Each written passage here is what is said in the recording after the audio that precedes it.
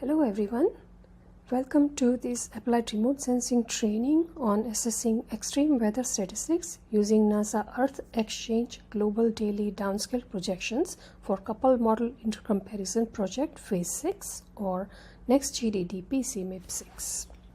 My name is Amita Mehta from ARSET and we have a guest speaker today, Dr. Bridget Thresher from Climate Analytics Group. I will be introducing her shortly.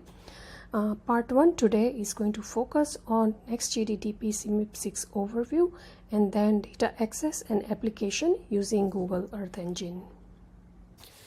We'll start with a brief introduction to Applied Remote Sensing Training Program or ARSET.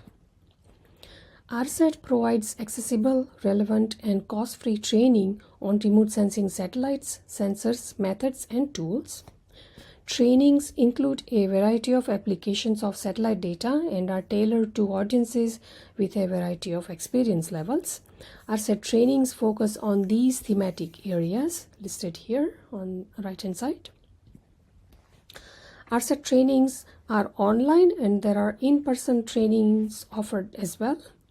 Most ARSET trainings are live and instructor-led, but there are a few asynchronous and self-paced trainings available through ARSET website. They're cost-free, they're bilingual and sometimes multilingual. Bilingual because most of our trainings are translated in Spanish and some are even offered in Spanish. Occasionally, they are offered in French. ARSET only uses open source software and data and they accommodate differing levels of expertise. We'll start today's session with a brief background about extreme weather events. So why study extreme events? According to World Meteorological Organization, the frequency and intensity of extreme weather events, including heat and cold waves, heavy precipitation and droughts, and wildfires, have increased fivefold in last 50 years. The latest WMO European State of the Climate 2024 report shows spiraling effects of weather and climate impacts, and that is shown in this animation. What this shows is monthly mean temperature differences for all months for multiple years, starting from 1860 all the way to 2023. And these temperature differences are taken with respect to a baseline temperature of 1850 to 1900. And we see that as years progress, the temperature differences are increasing. And we are currently here in 2023. So this is what this report means: spiraling effects of weather and climate impacts. And as a result, extreme weather continues to bring devastating consequences globally and has significant economic and social upheavals. So to understand societal impacts of these extreme weather events, it is important to study them. Now, Earth observations from NASA allow monitoring of extreme events from the last 20 plus years to near real time, and you can look at these websites to get more information how satellite data have been used to monitor extreme events from the past and in near real time. However, for developing regional adaptation and mitigation strategies, it is crucial to assess how extreme events will unfold over the coming decades. So we want to know the future of these extreme events, and for that we have global climate models. Globally, there are more than 50 modeling institutions working on developing Earth System Models or ECMs, and currently more than 100 ECMs are available. Leading modeling groups have coordinated simulations of climate change scenarios within Coupled Model Intercomparison Project or CMIP, which is currently in Phase 6. As we will see later in this session, there are more than 30 models participating in CMIP6, and the CMIP6 global climate models, they are constantly improving and they provide predictions and projections of extreme events. However, the typical spatial resolution of GCMs is lower than 1 degree latitude and longitude, and therefore for regional applications, NASA Earth Exchange Global Daily Downscale projections provide global, high-resolution, bias-corrected projections of daily weather parameters from CMIP6 GCMs at quarter-degree resolutions. So it's improved high resolution and it's bias-corrected data that we are going to focus on in this training. Here's an example of NEX-GDDP climate evolution projection. What this shows is spatial pattern of years exceeding the 2-degree warming with respect to the baseline period 1950 to 1979. The 15-year moving average of the ensemble median of near surface air temperature from 35 CMIP6 models are considered here, and the scenario considered is SSP 585, which is the highest emission or highest radiative forcing scenario. And what we see here is that this is the timeline and this is the pattern. In northern hemisphere at higher latitudes already temperature has exceeded 2 degrees Celsius, and as we go to other parts of the world, between now and 2050, most of these parts will exceed 2 degrees Celsius warming. There are some parts which will catch up later after 2050. But what we want to know is that as this warming is occurring, how do we see change in extreme weather conditions? And so the training learning objectives based on that are given here, that by the end of this training, we will be able to identify available daily high-resolution geophysical parameters from NEX-GDDP-CMIP6 to assess extreme weather statistics at a regional scale. There will be 3 ways how we can access these NEX-GDDP-CMIP6 data and analyze. So that what we will see is that access daily temperature and precipitation data for a region of interest to calculate and analyze weather statistics using NEX-GDDP-CMIP6 data in Google Earth Engine.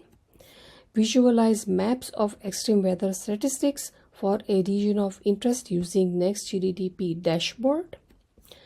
Customize provided Python Jupyter Notebook scripts to calculate extreme weather statistics for a region of interest. And finally, assess projected statistics of extreme heat and cold wave events and excess and deficit precipitation events from these models at regional scale during the 21st century to evaluate risk for a region of interest. There are several prerequisites for this training. These are past ARSET trainings which are highly recommended to follow this current training better. Fundamentals of remote sensing, then this drought monitoring, prediction and projection training has a session on GDDP data.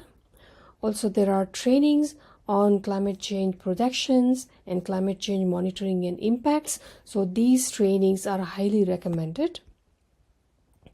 More importantly, there will be hands-on exercises and homework in this training, and for that you need to create a user account on Google Earth Engine and register to a non-commercial cloud project.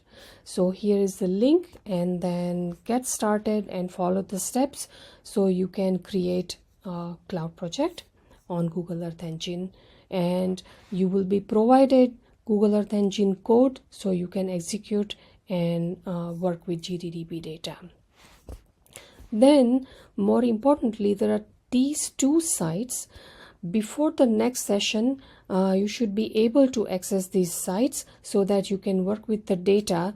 There's a dashboard that you will be working with to look at visualization of GDDP extreme weather statistics data, and then you will be using Python Jupyter Notebook code. So for that, please make sure that you can access these sites. So these are the prerequisites. Overall outline is that there will be 2 parts. Today we will focus on overview of NEX-GDDP-CMIP6 and data access and application using Google Earth Engine. And the next session will be on extreme event statistics during 21st century using NEX-GDDP data, and this will be looking at GDDP dashboard as well as learning to use Python Jupyter Notebook code for accessing data. There will be one homework that will be posted on 17th of September. That's the last day of the training, and it will be due after a month on 17th of October. So this homework will include some hands-on exercises from today as well as from 17th, and you will be answering a number of questions based on that. A certificate of completion will be awarded to those who attend all live sessions and complete the homework assignment before the given due date. So we start with part 1, NEX-GDDP-CMIP6 overview, data access and application using Google Earth Engine. Our objectives for today are that by the end of part 1, you'll be able to identify NEX-GDDP-CMIP6 data characteristics and recognize how to access and analyze GDDP data for applications using GEE. Outline for today is that we'll start with an overview of NEX-GDDP-CMIP6 project and data, and this will be by Dr. Bridget Thresher. After that, we will have a demonstration in analysis of extreme event statistics from GDDP data using GEE. We'll have a case study focusing on Nebraska, the state in the United States, and we will look at seasonal extreme cold and hot event frequencies and wet and dry event frequencies using GEE. After the demonstration, there will be some time for hands-on exercise in which you will be using the same script. Just repeat the calculations so that you can use your Google Earth Engine account, and there will be a homework based on this exercise. How to ask questions? Just a note, please put your questions in the questions box and we will address them at the end of the webinar. Feel free to enter your questions as we go, and we will try to get to all the questions during the question and answer session after the webinar. The remainder of the questions will be answered in the question and answer document, which will be posted to the training website about a week after the training. With that, I want to introduce our trainer for today, Dr. Bridget Thresher. Dr. Thresher is a co-founder and climate scientist at Climate Analytics Group. Her areas of expertise are climate modeling and methods, including statistical and dynamical downscaling, as well as scientific programming and data analysis. Her employment background includes Oracle, NASA Ames, and various Silicon Valley startups. She holds a BS from the California Institute of Technology and a PhD in Earth Science from the University of California, Santa Cruz. Dr. Thresher is awarded NASA Exceptional Public Achievement Medal this year. So we are fortunate to have Dr. Thresher talking about NEX-GDDP-CMIP6 project. And with that, I hand this over to Dr. Thresher. Bridget? Thanks, Amita, for the introduction, and hello, everyone. Thank you for joining us today. My name is Bridget Thrasher, and I am the creator of the NEX-GDDP-CMIP6 archive, as well as other NEX downscaled data products. So before we get into the details of downscaling and GDDP, I would like to just take a moment to tell you about NEX, and that stands for NASA Earth Exchange. And NEX is a platform for collaborative computing and data analysis. The purpose of NEX is to improve the availability of NASA's Earth science data through this centralized environment. So, and access to NEX is available to researchers who are supported by the ROSES program and various flight projects. In addition to ROSES and the flight projects, NEX also supports a variety of NASA programs, such as the MEASURES program, the Carbon Monitoring Systems program, the Global Ecosystem Dynamics Investigation program, the National Climate Assessment, Geostationary Research, Advanced Information Systems Technology program, Applied Sciences program, and visualization for the Earth Observing System Data Information System. Okay, so now that you understand what NEX is, let's take a look at downscaling in general. So what is downscaling? Well, downscaling is a process that transforms low-resolution model data into higher resolution information. This is with the goal of making that information more suitable for regional and local scale impact and adaptation studies. And there are two types of downscaling methods. One is dynamical downscaling, and this involves using a regional climate model over a specific geographic area, with the boundaries of that region being driven by the low resolution global model output. The other type of downscaling method is statistical downscaling, and this method uses statistical relationships between large scale and local scale climate data to perform that transformation to the global model output.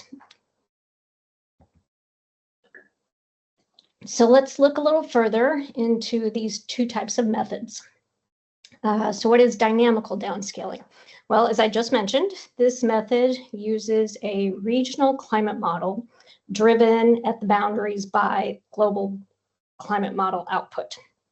The advantages to this type of method are, one, it does not rely on the stationarity assumption, meaning that instead of assuming that the properties of regional and local climate will remain constant over time, those characteristics are allowed to evolve with the physics that underlie the regional model.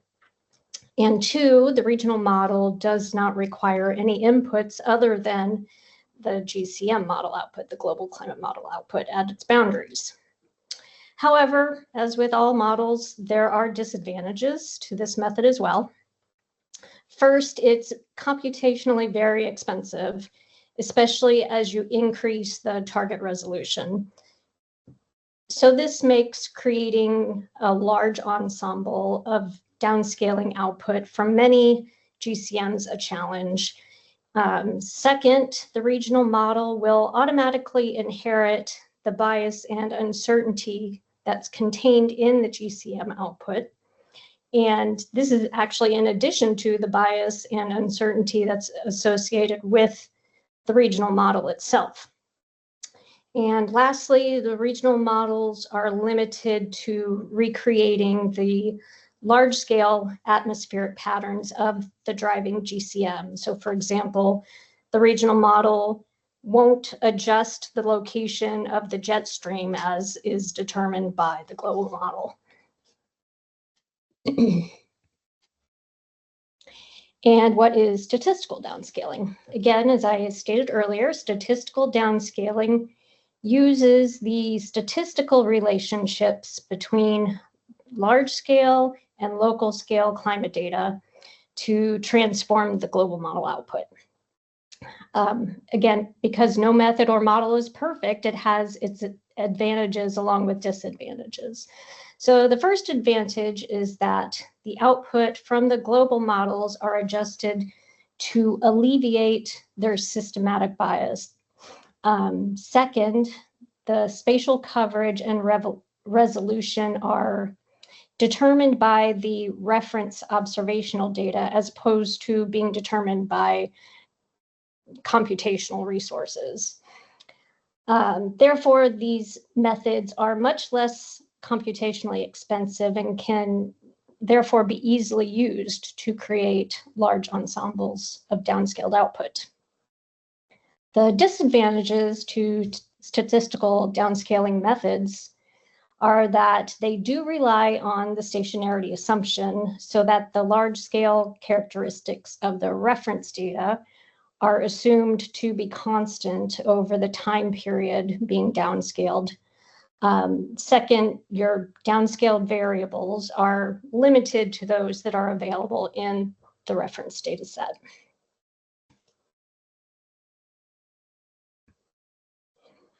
Okay, now let's move on to the details of NEX-GDDP-CMIP6, which I will just refer to as GDDP from here on out.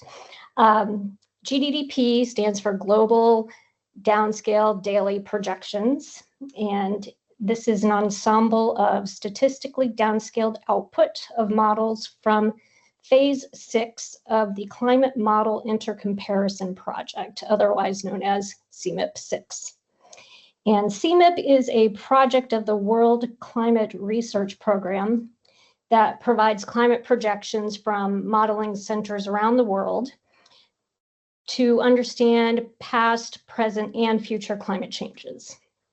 So the GDDP products have a daily temporal resolution and span the globe at a 1/4 degree horizontal resolution. The archive contains downscaled output from 35 different CMIP6 models and 5 different CMIP experiments. The historical experiment spans 1950 to 2014, while the forward-looking experiments span 2015 to 2100. And these experiments of future climate comprise 4 different pathways, as shown here. So SSP1 is considered a sustainability scenario that ends with 2.5 watts per square meter forcing by the end of 2100. SSP2 is a middle of the road scenario with increased carbon forcing followed by mitigation. SSP3 is a regional rivalry between different parts of the globe. SSP5 is a full fossil fuel development scenario, also often called business as usual scenario. And just to let you know, GDDP, earlier this year, we released version 2 of the archive. So if you're going to use it, make sure you're using the version 2.0 files.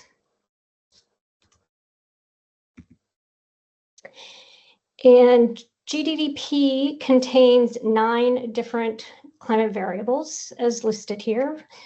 Relative humidity, specific humidity, precipitation flux, surface downwelling long wave radiation, surface downwelling short wave radiation, near surface average wind speed, average daily temperature, maximum daily temperature, minimum daily temperature. And these 9 were processed for each of the CMIP experiments as available from each global model.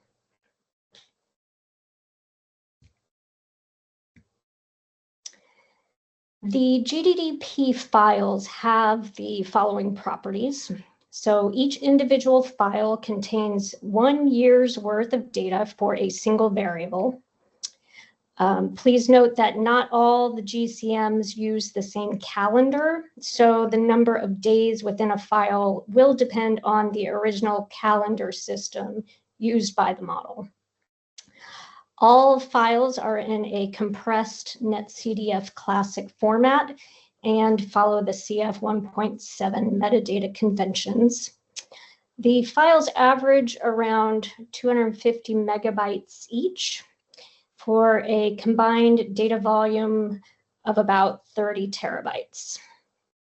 And lastly, the archive is made available through a Creative Commons Zero license, which means that it is entirely within the public domain and can therefore be used for any purpose.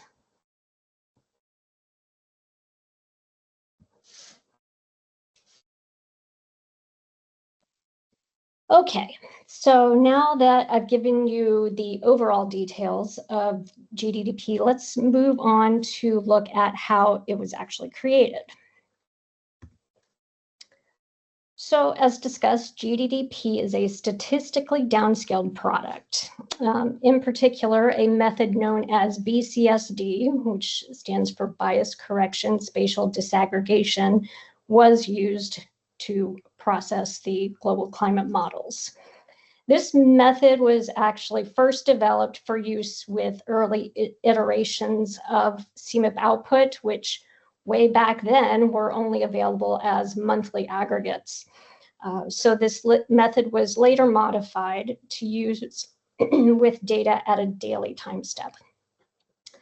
Beyond the global model output, the BCSD method requires a reference data set. These are typically gridded observations or a reanalysis product.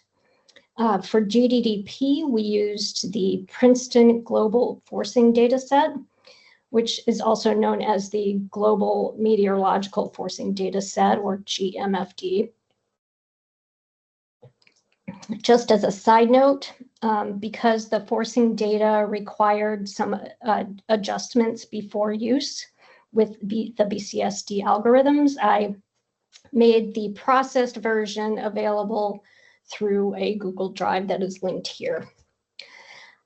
In order to calculate the statistics and adjust the GCM biases, the reference dataset time series must overlap with the output from the CMIP historical experiment.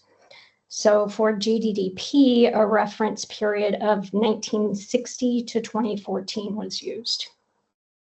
So with both of these ingredients, the GCM output and the reference data set, we can apply the two-step BCSD algorithm, which consists of a quantile mapping scheme for bias correction, followed by a spatial disaggregation of residual fields. All right, so let's look at the details of the first step, which is an adjustment of the biases of the raw GCM output. And why do we want to do this in the first place? Well, as you see here in this diagram, all GCMs have inherent biases, such that while they likely have reasonable large-scale properties, the exact values can be far from those seen in the observational record. We can therefore use this comparison to adjust the GCM results to be closer to those that we expect.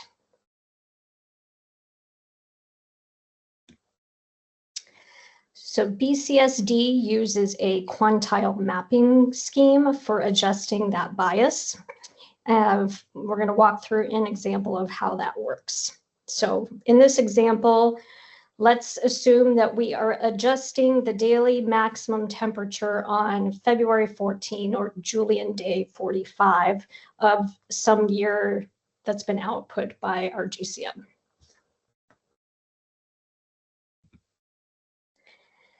The daily BCSD method uses a plus or minus 15-day moving window to form a sample from which to calculate the bias corrected value. And this allows us to have a large sample size while also ensuring that the variables are all being adjusted from values that are taken from the same time of year. So in this example that we're stepping through, our sampling window spans Julian days 30 to 60.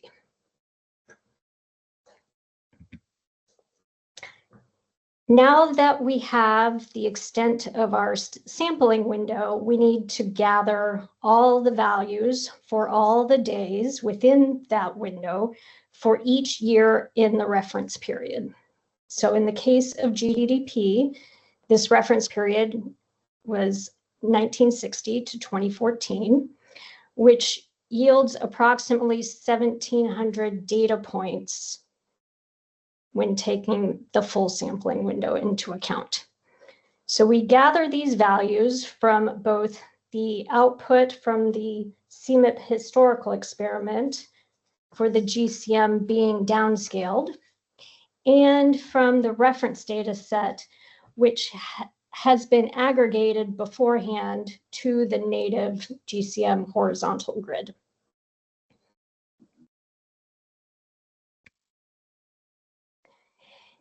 Next, we take those two pools of values and create cumulative distribution functions, or CDFs, for each one. And those are shown here in the bottom panel. The green line is the GCM model output, and the red line would be the observation of the reference data set output.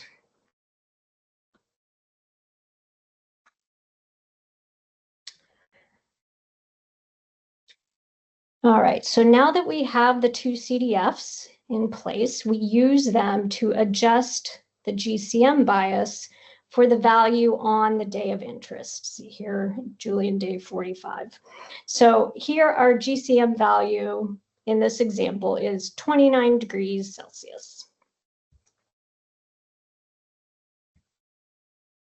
And based on the CDF created from the GCM values in green, this equates to a quantile of 0.78.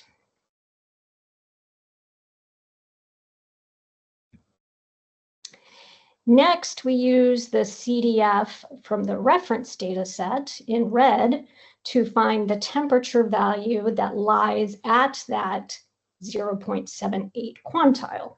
So in this example, that's a value of 32.5 degrees Celsius. So we replace the original GCM value of 29 degrees with the reference data set value of 32.5 degrees. We then repeat this process for every day and every grid cell within our region and time span to be downscaled.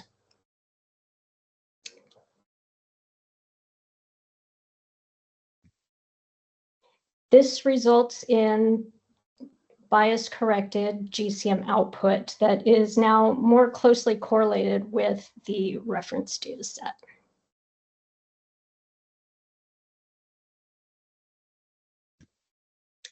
And now we have concluded the first step in the BCSD downscaling process, from a low-resolution native GCM output to a bias-adjusted version at that same resolution.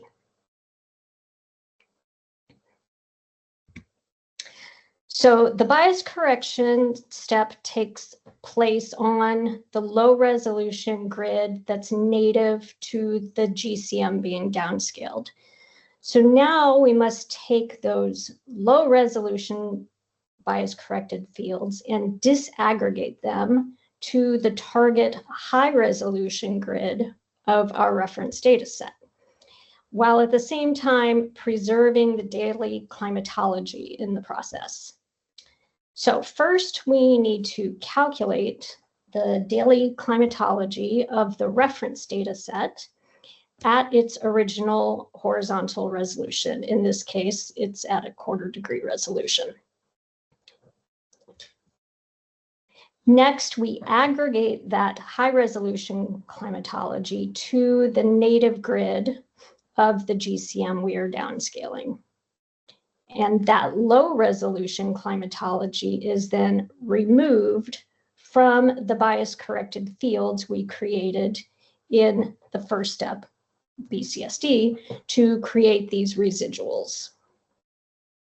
And this is done in an additive way for temperature and a multiplicative way for the finite variables, since they are bounded by 0. The residual fields that are left over are then disaggregated through bilinear interpolation to the target high resolution grid native to the reference data set. And then lastly, that high-resolution climatology that we created up in step 2A is returned to the disaggregated residual, again, additively for temperature and multiplicatively for the other variables.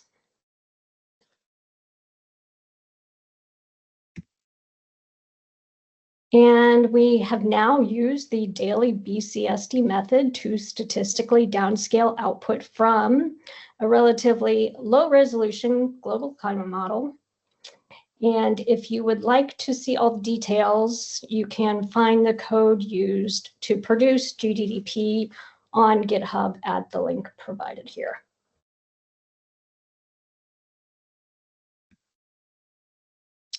All right, so because our goal is to make the NEX products available to anyone who wants to use them, we have made GDDP available through a number of different outlets. The authoritative source for GDP will always be through the data catalog at the NASA Center for Climate Simulation, NCCS. The link is provided at the bottom. However, for those who work in a cloud environment, you can also access GDDP on Amazon Web Services through their registry of open data, and these are free to access, again, at the link provided. Lastly, and what you will be learning about later, GDDP is also available through the Google Earth Engine.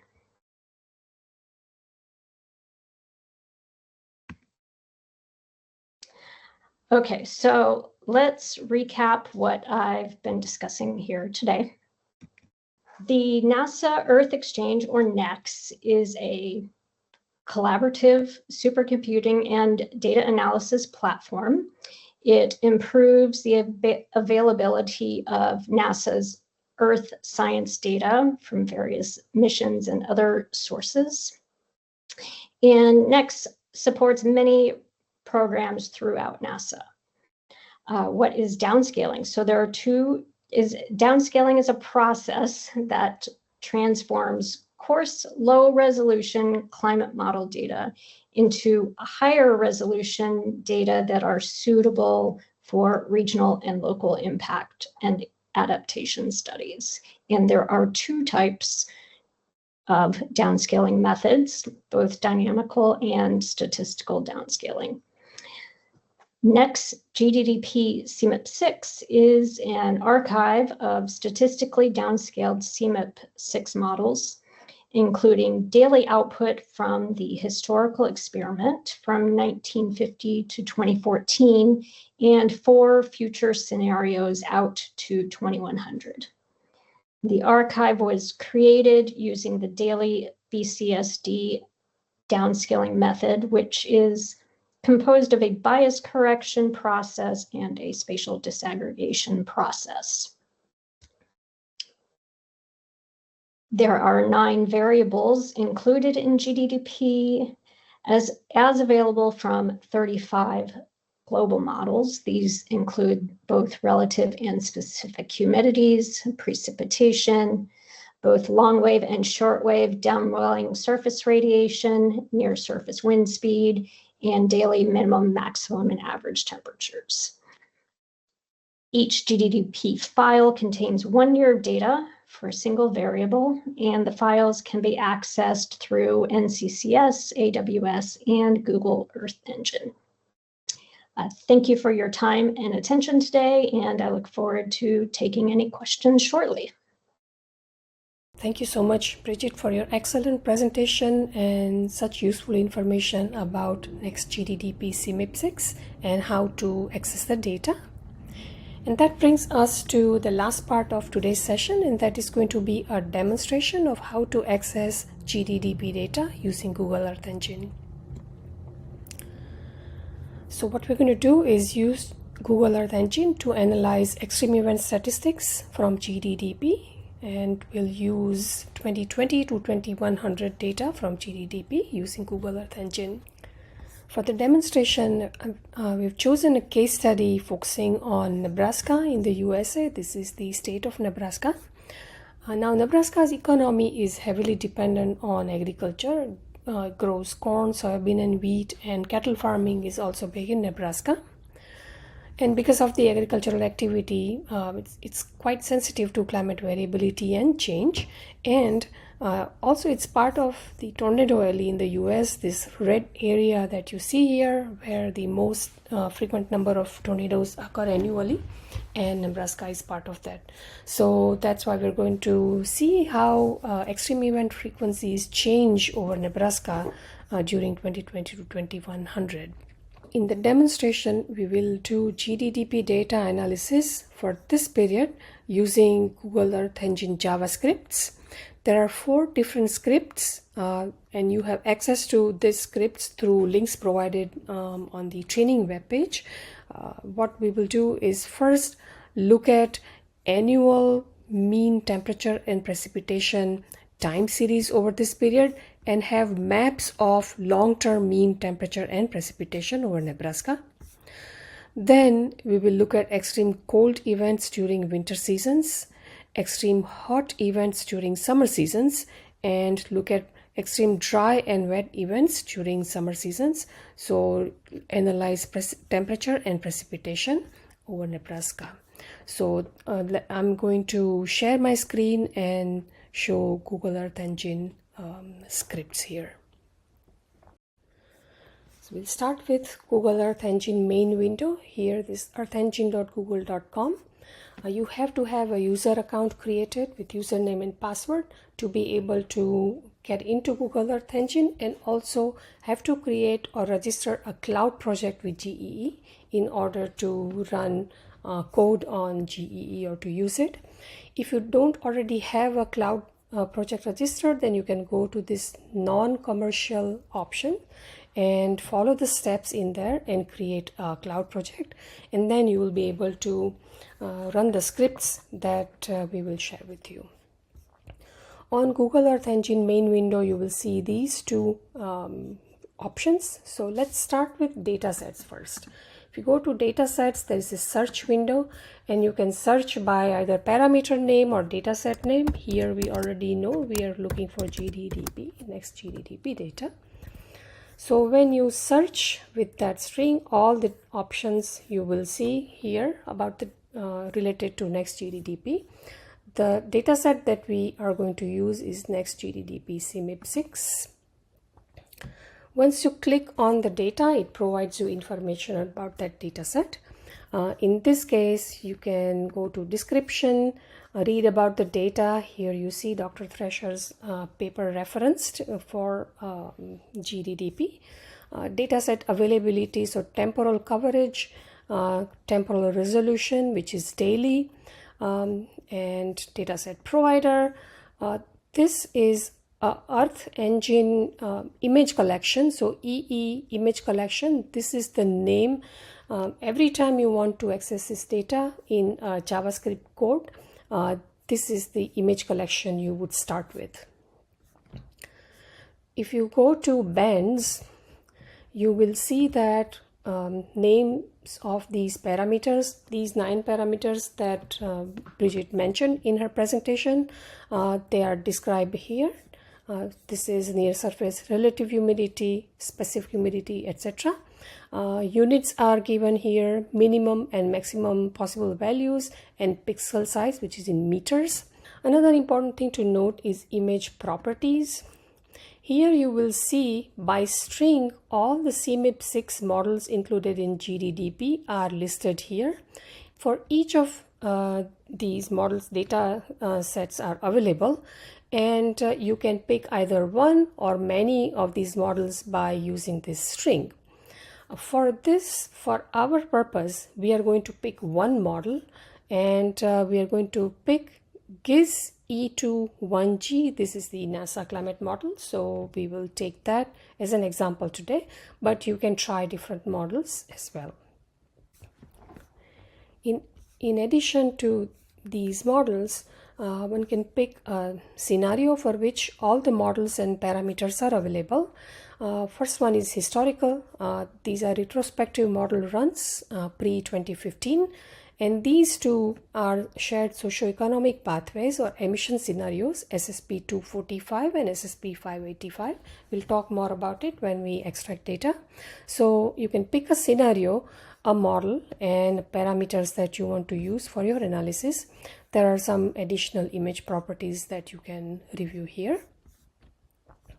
If you go back to the data description, you will see that along with the image collection, there is a snippet or a code snippet available. If you click on that in this arrow, then it takes you to the Google Earth Engine JavaScript screen here, and you will see 3 panels. Here is your repository with different code or scripts, information about Earth Engine documents and assets where you can upload your own data if you want to use in your script. And this panel can show results of your code, as well as there is a map panel here or map window here. Anything that you plot or maps that you make, they will be shown here. So as your results can be found here if you are plotting maps, or if there are any other analysis like time series, you will see in this window. You can start with your own code and build it, or in this case we already have a link for you, and you should have this link on the training page if you want to follow along. This is exercise annual temperature and precipitation. So this is what we'll start with, and then we will go to extremes analysis. So we'll start with the top 2 lines, this imports, and you will see that there's countries and sub-region, and there are 2 tables or feature collection. These are from Food and Agricultural Organization, FAO. These are Global Administrative Unit Layers, or GAUL. Level 0 is country level shapefiles, and level 1 have states or provinces within the country that you have selected. You have different shapefiles that you can import and then use in your code. So this is important to note, that you will have to import shapefile of the countries and region of your interest.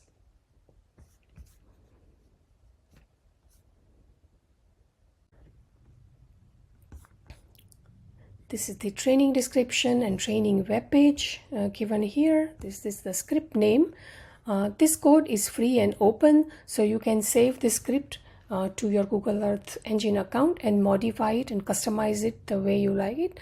But by using this code, you agree to cite the following reference in any publications derived from them, and that is NASA Applied Remote Sensing Training Program. So please acknowledge ARSET. There's a disclaimer that every effort is made to ensure the code is free of errors, but there is no warranty for the maps, and their features are either specially or temporally accurate or fit for a particular use. This code is provided without any warranty of any kind whatsoever, either express or implied. We've seen some of this information earlier already, that in Google Earth Engine, this dataset has image collection name as NASA/GDDP-CMIP6. This is the collection you will always use to access this data in GEE. And as we saw earlier, in image collection bands and image properties, you will find options for choosing multiple atmospheric parameters, and also different CMIP6 models are available in there too. There are 2 shared socio-economic pathways for which datasets are available. First one is SSP 245, that is the middle pathway, and that is projected to have radiative forcing of 4.5 watts per meter square by 2100. And SSP 585 has radiative forcing of 8.5 watts per meter square by 2100. In this exercise, we will go through the following steps. we'll select one model from GDDP model ensemble. We'll select one SSP scenario, in this case SSP 245, the middle pathway. We'll select parameters, surface air temperature, the daily average temperature we'll pick, and precipitation. First, we'll collect daily data for these 3 years, 2020, 2050, and 2100. Clip the global data set to the area of interest. In this case, it will be Nebraska. And then find annual mean of near surface air temperature and precipitation for the 3 years for the area of interest. And we'll map these parameters and also their differences to see how patterns change in temperature and precipitation from 2020 to 2050 and 2020 to end of this century. Then we will have annual mean temperature and precipitation for each year from 2020 to 2100, and we'll make a time series to see variability and change in the time series, and we'll have this area averaged over Nebraska. We've already talked about FAO-GAUL dataset, and these are definitions of variables used in this code. I'm not going to read every line, but you can refer to these definitions or descriptions here. As we go through the calculations, I'll refer to some of these names or variables. So starting GDDP analysis here for Nebraska. This is assigning country and state from this level 1 administrative GAUL data. So here we are picking this feature collection and filtering it with the country of our interest and state of our interest and assigning it to my AOI. These two lines, they add this my AOI layer to this map. Here it focuses or it centers on my AOI, in this case Nebraska, with zoom factor 6, and colors the shapefile with blue color. And if you look at the map panel, once you run the script, this Nebraska will be highlighted here in blue. The shapefile will appear on the map. If you don't want to use country or state, but you have your own shapefile for a county or a watershed or even a city, there is a way to use that. That means upload your own area of interest. In that case, you will go to assets here and pick a shapefile from your computer with these extensions. And once uploaded in this tab, you can then if you go to assets, there are some examples here. You will see an arrow and then you can import that in your script. So this allows your own shapefile to be used instead of any predefined shapefiles for countries or state. So that also is a possibility. Okay. Now we're going to start with GDDP analysis. We define a variable dataset. We start with this image collection for GDDP data, filter by dates from 2020 to 2100, filter it for a specific model GIS E21G, and filter for one scenario SSP 245.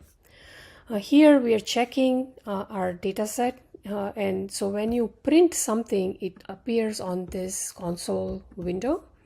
And so this is print dataset, and this is dataset. First 90 elements are printed here. So this is the collection. If you look at the bands, all 9 parameters are available, and when you go to properties, this is the model name, this is the scenario, and this is 2020 day 1, and it's for first 90 days. It shows that the data set that you have picked, it's kind of confirming that the data we picked here are the one stored in data set. Next, in this block, now we are getting just one parameter out of those 9 parameters, and we'll start with defining a variable AirT. This collects surface air temperature, daily temperature, and this is daily mean temperature TAS. So we start with that. So this is global air temperature TAS, we further clip to my AOI. So this is ART regional. Now we take our global ART collection and clip it to our area of interest. In this case, it's Nebraska. Now, as we saw earlier, temperature data are in units of Kelvin, and to convert it to Celsius, we have to subtract this number 273.15 from the Kelvin temperature, and that's what is done here. So at the end of this operation, ART underscore regional temperature will be available in Celsius because we are subtracting this constant. Again, this is printing for checking our data, and you can perhaps confirm that by looking at image collection and features and look at the elements. So here now you will see that you will have just surface air temperature, not all 9 parameters, and same image properties are there. So this is the data set we will be using to calculate annual mean and then time series. So first we will make maps or annual mean maps for 2020, 2050 and 2100. This entire block does that. It starts with year, start date and end date. So it's starting from 2021 first day to last day. Defines an image collection TYY.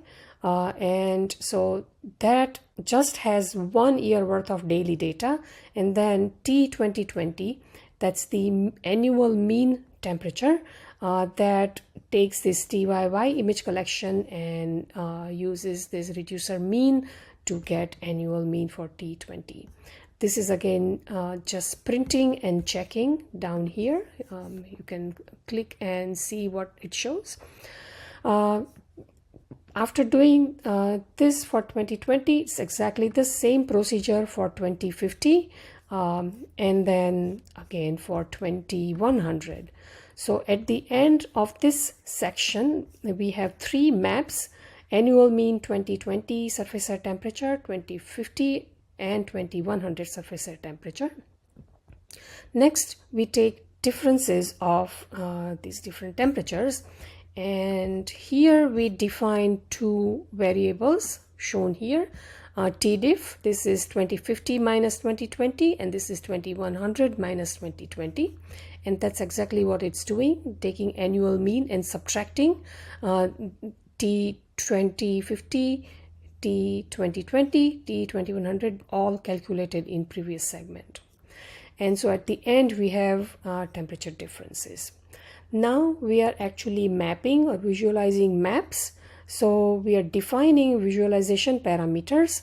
For air temperature, we fix minimum to 5 and maximum to 15 degrees Celsius and assign color table here. And for temperature differences, our minimum and maximum values are minus 0.5 to 4 degrees Celsius, and again colors are assigned for maps.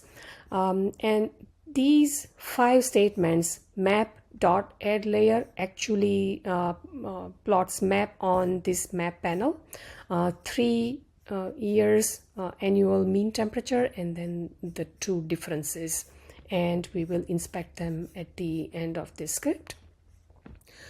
Next segment does the same for precipitation. We have precipitation maps for 2020, 50 and 2100. Only thing that changes is that our data collection now is PR instead of ART. Now we have precipitation data set and it selects PR. Then it defines PR underscore ridge and it clips to my AOI, my area of interest in Nebraska. And again, this is printing. And here there is one more constant. What that does is converts millimeter per second precipitation to millimeter per day. So it multiplies precipitation values by 3600 seconds per hour, 24 hours per day. So when you multiply by this constant to precipitation values, you get data in millimeters per day. Once we have that in this block, we start with 2020.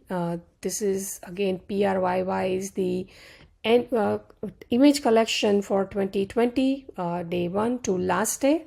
And then this is just finding annual mean. So from daily data, now we have annual mean data for 2020.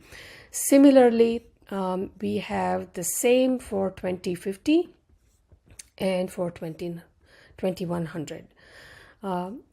Then we also check differences between precipitation. So we define PRDIF here, precipitation difference, 2050 minus 2020 and 2100 minus 2020 by subtracting this annual mean data.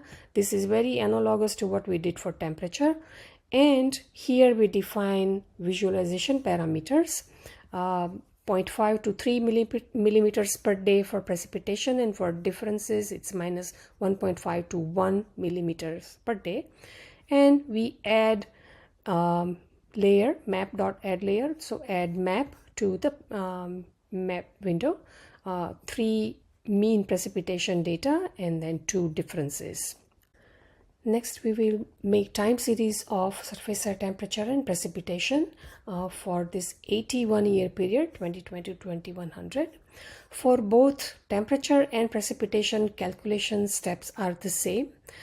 We first start from the data collection or image collection, calculate annual mean. So we have first we have 81 maps, and then for each map we find area average quantity for 81 years. So for each year we have number averaged over Nebraska, or my AOI here. Then we plot the time series, fit a trend line and plot that too. In this segment, the year list is formed. So starting from 2020, increase by 1 year to total 81 years. And then from filter collection, which is daily data, from that annual mean data are found. So T annual from this image collection. And here we have used original image collection, which was in Kelvin. So again, we are converting data to Celsius. So at the end of this segment, we have T annual image collection, which has annual mean for 81 years. So we have 81 maps here. Now we are plotting time series by using this ui.chart.image.series by region command here. We define a variable time series, image collection is T annual is used, and so each image now is averaged found mean over my AOI. The scale for this data is 25,000 meters because the resolution of the data is 25 kilometer. So based on that, this mean over my AOI is found. And then the property here is, this is the administrative region name. You can have multiple shape files. You can define multiple administrative levels for which you want to do this analysis. That's why we are identifying this with this particular administrative name. This is for visualization. This is the title of the time series, vertical and horizontal axes, titles, and their values are given. So max and mean are 8 and 15 degrees Celsius. And then we are labeling it as T air. Once that is done, part of that, there is a trend line fit to that time series, and then that is also part of this time series, both annual mean and then the fitted line as well. Here, this time series variable now is set to chart type line chart, so we can plot lines. And when you say print time series, that time series is plotted on the console window here that we will see. This was for temperature. Exactly the same steps are followed for precipitation, making annual image collection, then converting it to millimeter per day, and here for each year now precipitation is averaged over my AOI, and trend line it fitted there, and then it's plotted. So PR time series also is printed on the console. So when you go through this script and you run the script, you will see results. So let's first of all look at time series. This is annual mean surface air temperature for Nebraska, and this is linear trend. And you can see for 81 years, this is in Celsius, you have increasing temperature trend in surface air temperature. So you can see the slope and intercept shown here. You can point to any of this and you will see the number for that particular year. You can also see that there is variability around this trend line. So interannual variability is there as well in temperature. If you look at the precipitation, you can see that there is interannual variability. Initially there is more rain, slowly there is decrease in precipitation over Nebraska over this year. So clearly both surface air temperature is getting warmer slightly, and precipitation, annual mean precipitation is decreasing overall. Both have interannual variability. Next, let's look at the maps that we plotted for different years and temperature differences and precipitation differences as well. So here all the layers you can choose to plot here and to make them visible. This is just the shapefile for Nebraska. Let's start with air temperature 2020 in Celsius. If you click on this wheel here, it shows the range. If you go to custom and stretch to 100%, it shows exact range, and then it distributes with this color palette. So range here is about 8.2 to 13.1, and you can see that temperatures are colder in northern part, and as you go to southeast they are getting warmer. If you look at 2050, slightly warmer temperature there, and if you look at 2100, almost everywhere there is slight increase in temperature. And now let's look at difference between 2100 and 2020 surface air temperature. What you see here is that there's much larger differences in the northern part, northeast part, and there are less differences in the southeast part. So this is the special pattern we get in differences. If you look at precipitation for 2020, and values are shown here, about 1.3 to 3.3 millimeter per day. Much larger rainfall in the eastern part, and it decreases. There's a gradient as you go towards western part. If you take 2050 and 2100, now you see that there is a decrease in precipitation over western part. And if you look at the differences, and let's look at the numbers here, it's minus 1.15 to about 0. That's the difference. Here it's negative, so that means more decrease in rainfall in this part.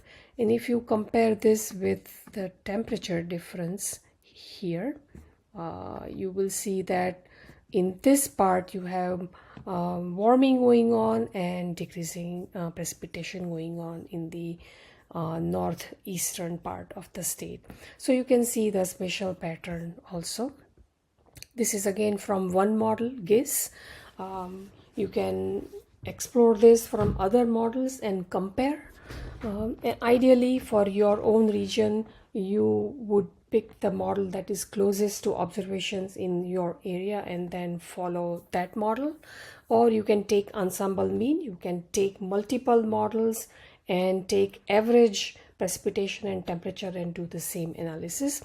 It's computationally takes more time, so that's why we right now are focusing on just one model, but all these possibilities are there.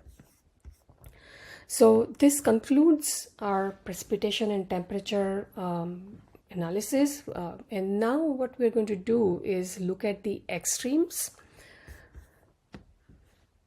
Next, we are going to examine how extremely cold event frequencies are changing between 2020 and 2100. And for that, we are focusing on winter season and daily minimum temperatures. Now, this script for cold events is also available to you through training webpage, and you can follow along. The first part of the script is pretty much the same. All the definitions are the same as we saw in the previous script. So we will not be going through that in detail, but just main analysis is what we are going to focus on. So these are the databases that we used before for country and state level. We are going to use the same image collection, NASA GDDP-CMIP6. We are going to pick GIS, NASA model GIS for analysis, and SSP 245 scenario for analysis. Here we are going to select daily minimum surface air temperature. First, we are going to collect daily data for 2020 to 2100, and from that we are going to form seasonal image collection for December, January, February of each year. We're going to clip the data to our region of interest. Again, we're going to focus on Nebraska, and then we are going to look at extremely cold events. So first, based on the seasonal time series of images between 2020 to 2100, we will calculate 10th percentile value of daily minimum temperatures. Then we'll compare each daily image of minimum temperature with this 10th percentile value, and if the daily minimum temperature is colder than the 10th percentile value, then it will be considered extremely cold event. So 10th percentile value of temperature is used as a threshold, and that is how we count extreme cold frequency. So we do that by for each year for winter season. This section is just definitions of variables, and we'll start with the analysis.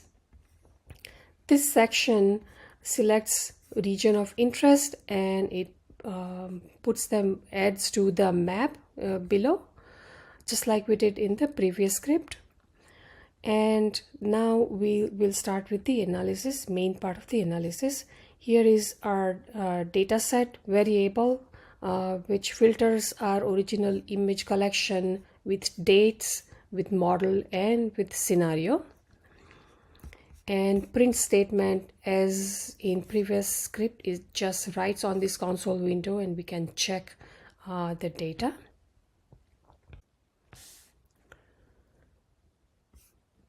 Next, we define ART. From dataset image collection, it selects daily minimum temperature, TAS mean, and assigns it to ART. This is still global image collection for daily minimum temperature.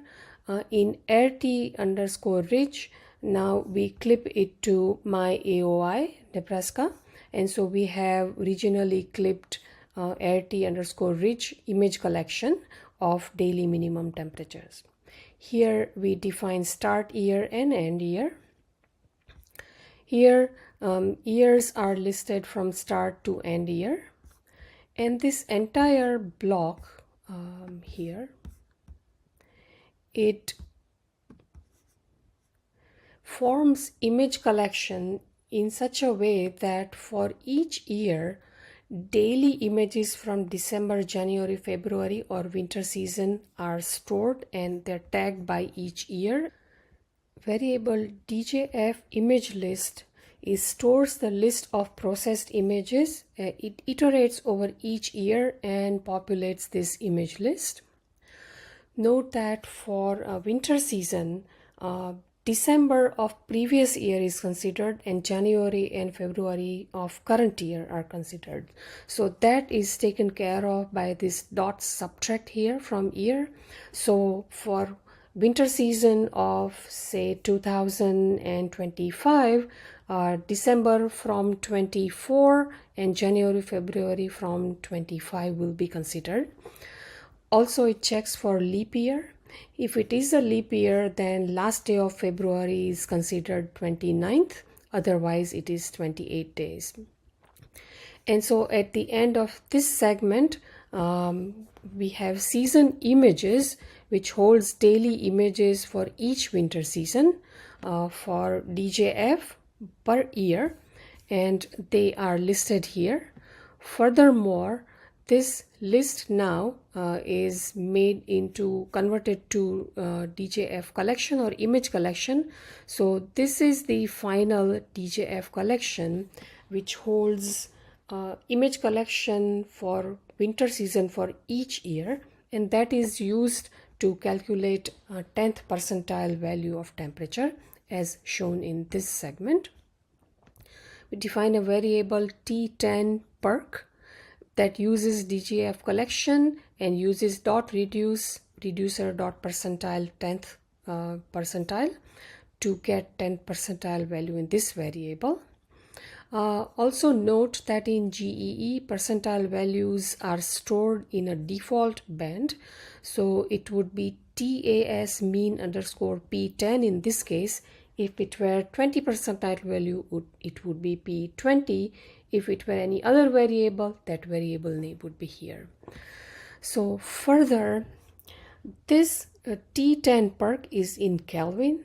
We are converting it to Celsius like we did in the previous script by subtracting 273.15. So we have T10 perk C in Celsius. So this is the variable that holds 10th percentile temperature value in Celsius based on this entire time series. So now we calculate frequency of extreme cold days. We define variable T10, which holds band values of TAS mean underscore P10 so that is the 10th percentile value for temperature, minimum daily temperature. Then we have a variable seasonal cold counts that is applied to each year, and it's the result of this calculation here. So what it does is for each year, first of all, defines a season images variable in which just 1 year of winter season images are held, and they are filtered from DJF collection, which is all the DJF images for all the years.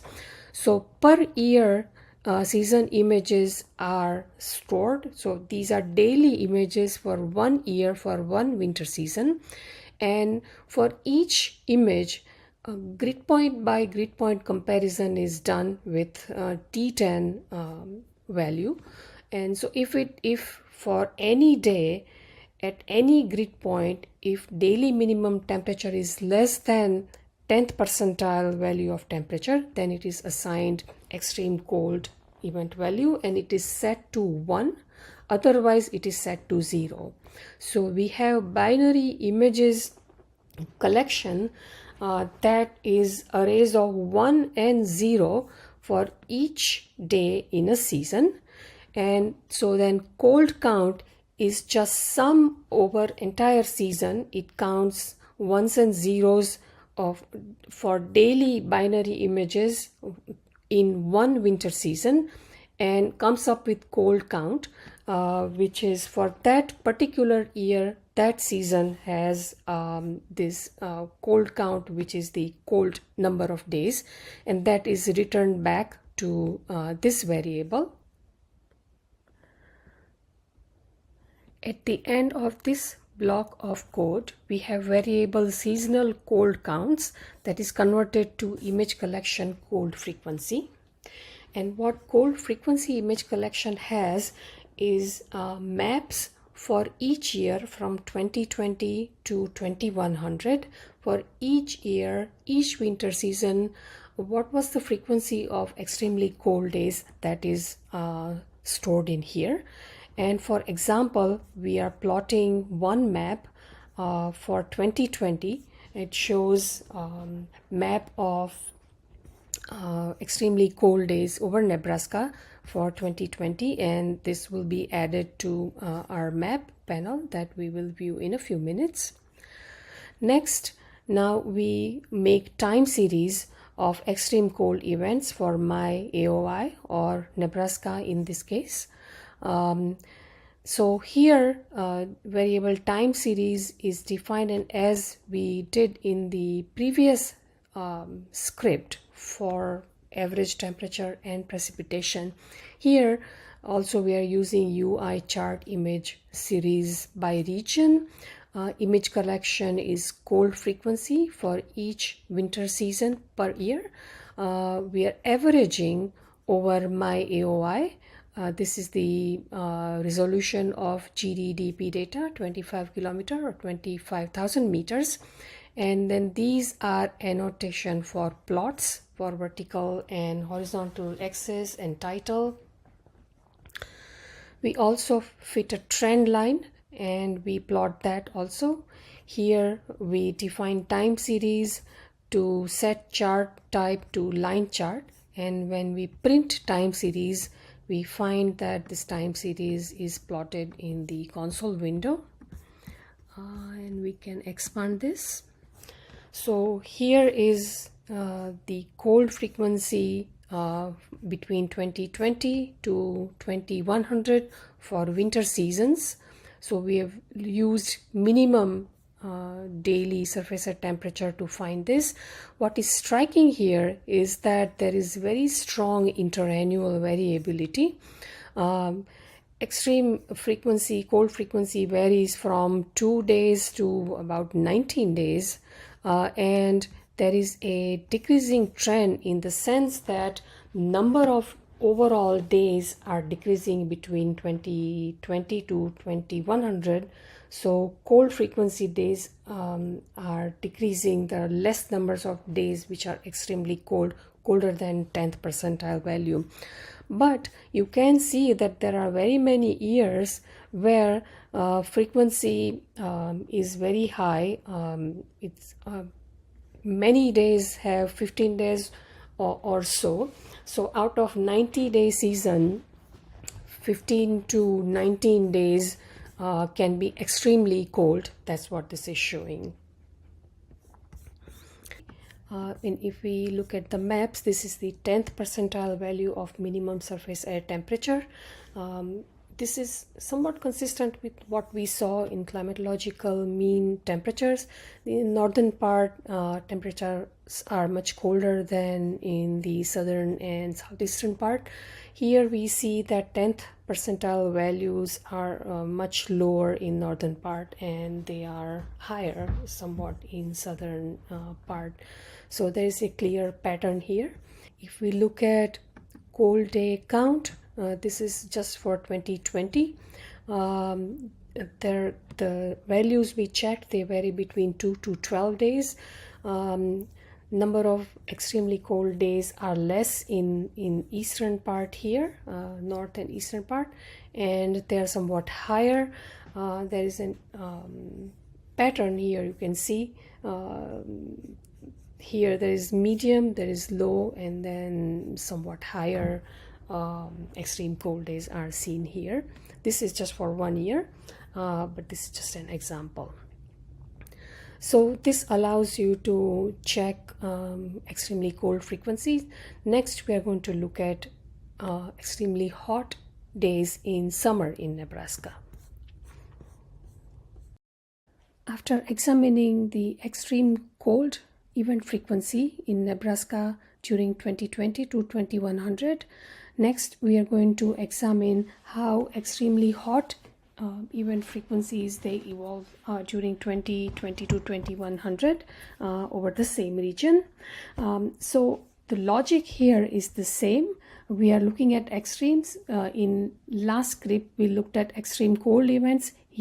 here we are looking at extremely hot events. So by now you know the flow and logic of this script, so I'm not going to go through every block because most of this is the same. I'm going to focus on what is different here in this hot event detection script. By the way, this script is also available to you for your use. You can follow along if you like. Now in here we are picking summer season daily maximum surface air temperature to detect very hot, extremely hot events. So we pick June, July and August months, and we consider daily maximum surface air temperature instead of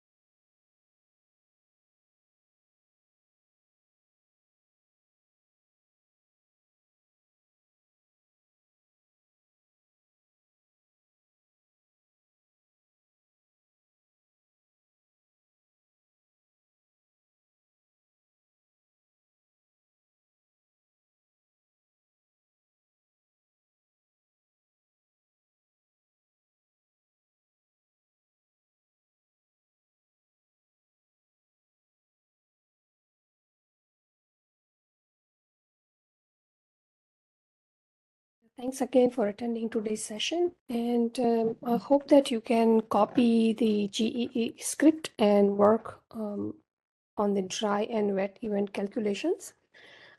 We are going to go to the question and answer session. In the meantime, you will have the link for this script, so please go ahead and copy and try to run it. You have a month to complete this. It'll be part of your homework. We will start with the question and answer session. Question 1 is, I want to know about the climate resilience in urban areas from the urban heat island. What are the climate models that I can apply to?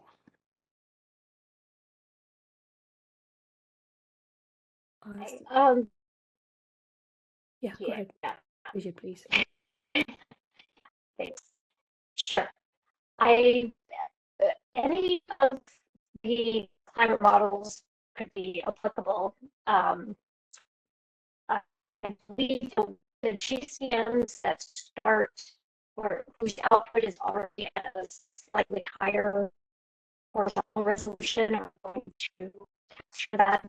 Obviously, the ones that are at, say 2 meters that long.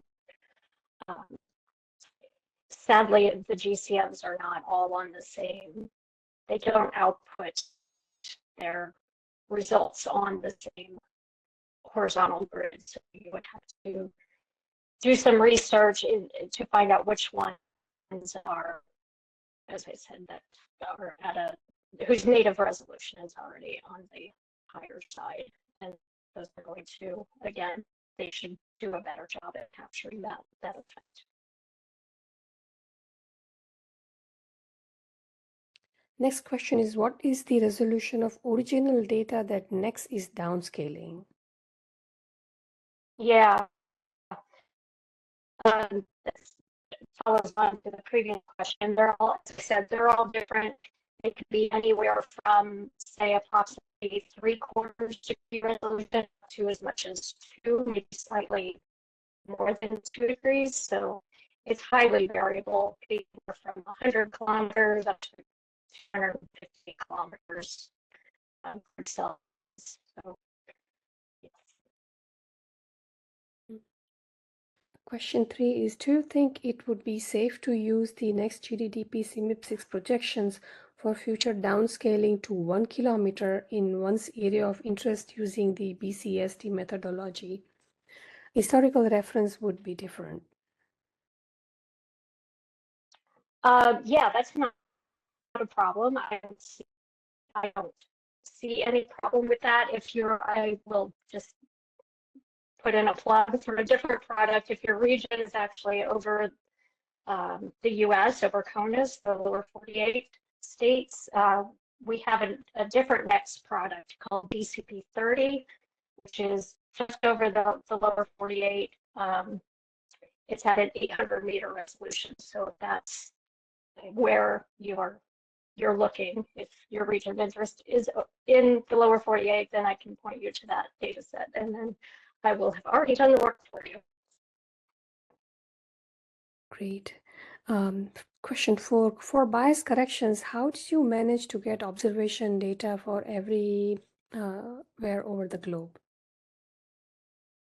Yeah, that's the reference data set that was used is actually a global product, the GMFD. There are several it's called a reanalysis, and there are several reanalysis products out there.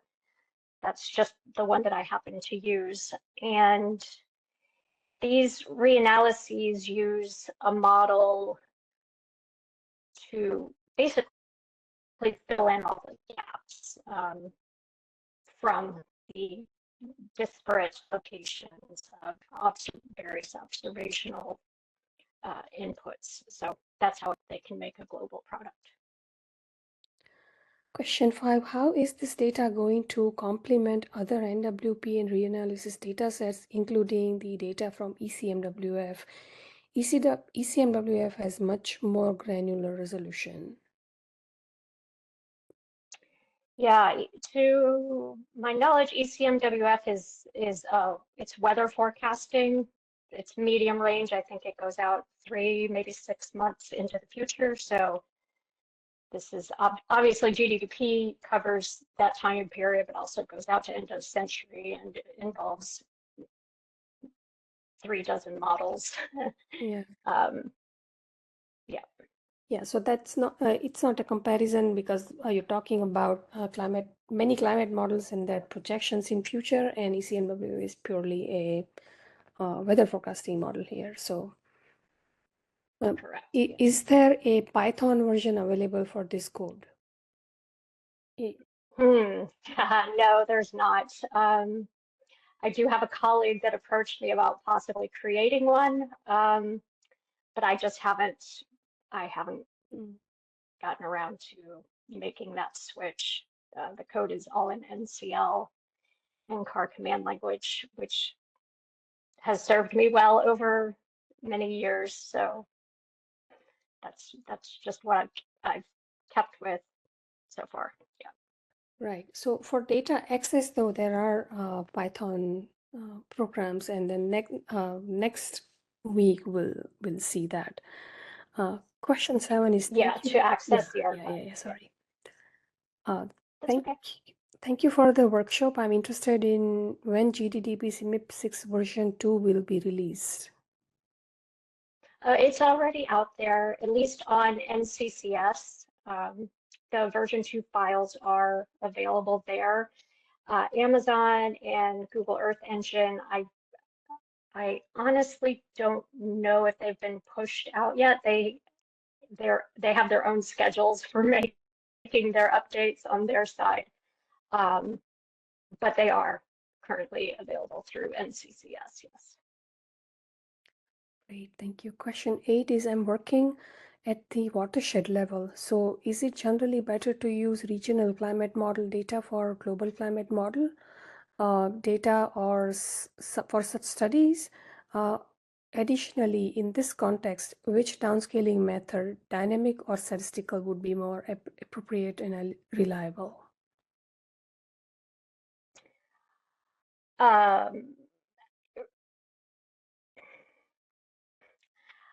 They are, your question is somewhat context dependent. As far as applicable and reliable, they all have their, pros and cons, pluses and minuses, and they all do some things better than others. So I can't really answer that question as much as I want to say mine are the best. It could well be that that's not the case in your particular watershed. Yeah, I'm sorry. Did I answer the full question? I lost track. Yeah, I think it's fine. Question 9 is there some guidance document or best practice article for the way on how many and which models to select in building an ensemble time series for a particular region or adaptation application? I would say to be sure to check the scientific literature to see what evaluations have already been done in your region with the CMIP6 models themselves. There's a whole body of literature out there that has explored these questions already. Yeah, so that's where I would start. Right. Question 10 is on further BCSD downscaling. Would it be okay to filter out or narrow set of model projection? Is there a rule of thumb for narrowing?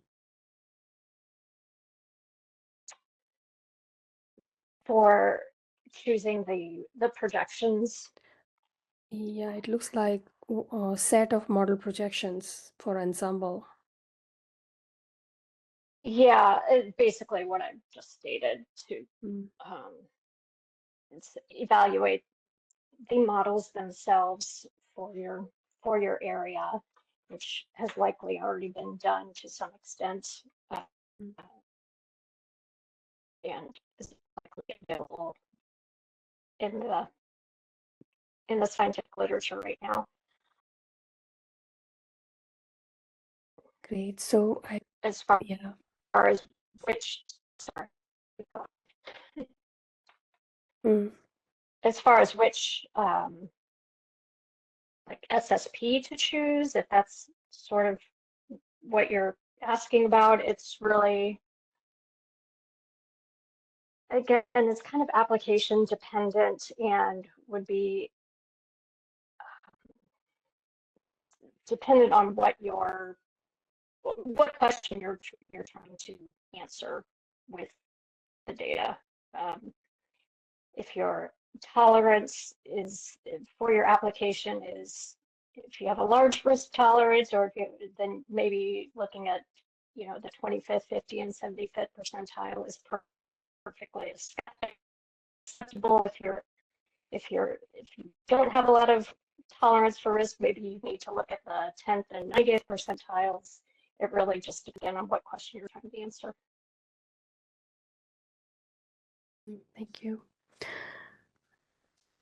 If we have a few more minutes, if you have any additional questions, you can add to that chat box. Also, we have a few minutes, so if you want to go ahead and start running the script, that would also be possible on the Google Earth Engine. Our next session will be at the same time next week on 17th. But we want to thank you for attending today's session. We also want to thank Dr. Bridget Thresher one more time for her time and her presentation and answering all the questions. Also our ARSET team, Sean McCartney, Selvin Hudson-Odoi, Sarah Carshell, Brock Blevins, Jonathan O'Brien, Sue Monty, Natasha Johnson-Griffin.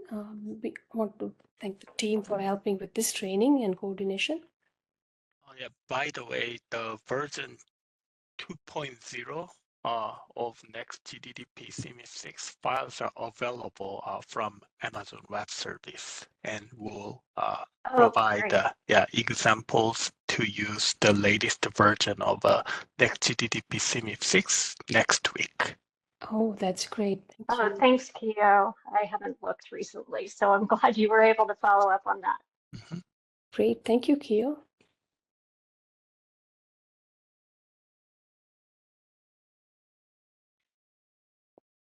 There are no more questions. Thank you for attending today's session. We hope to see you next week.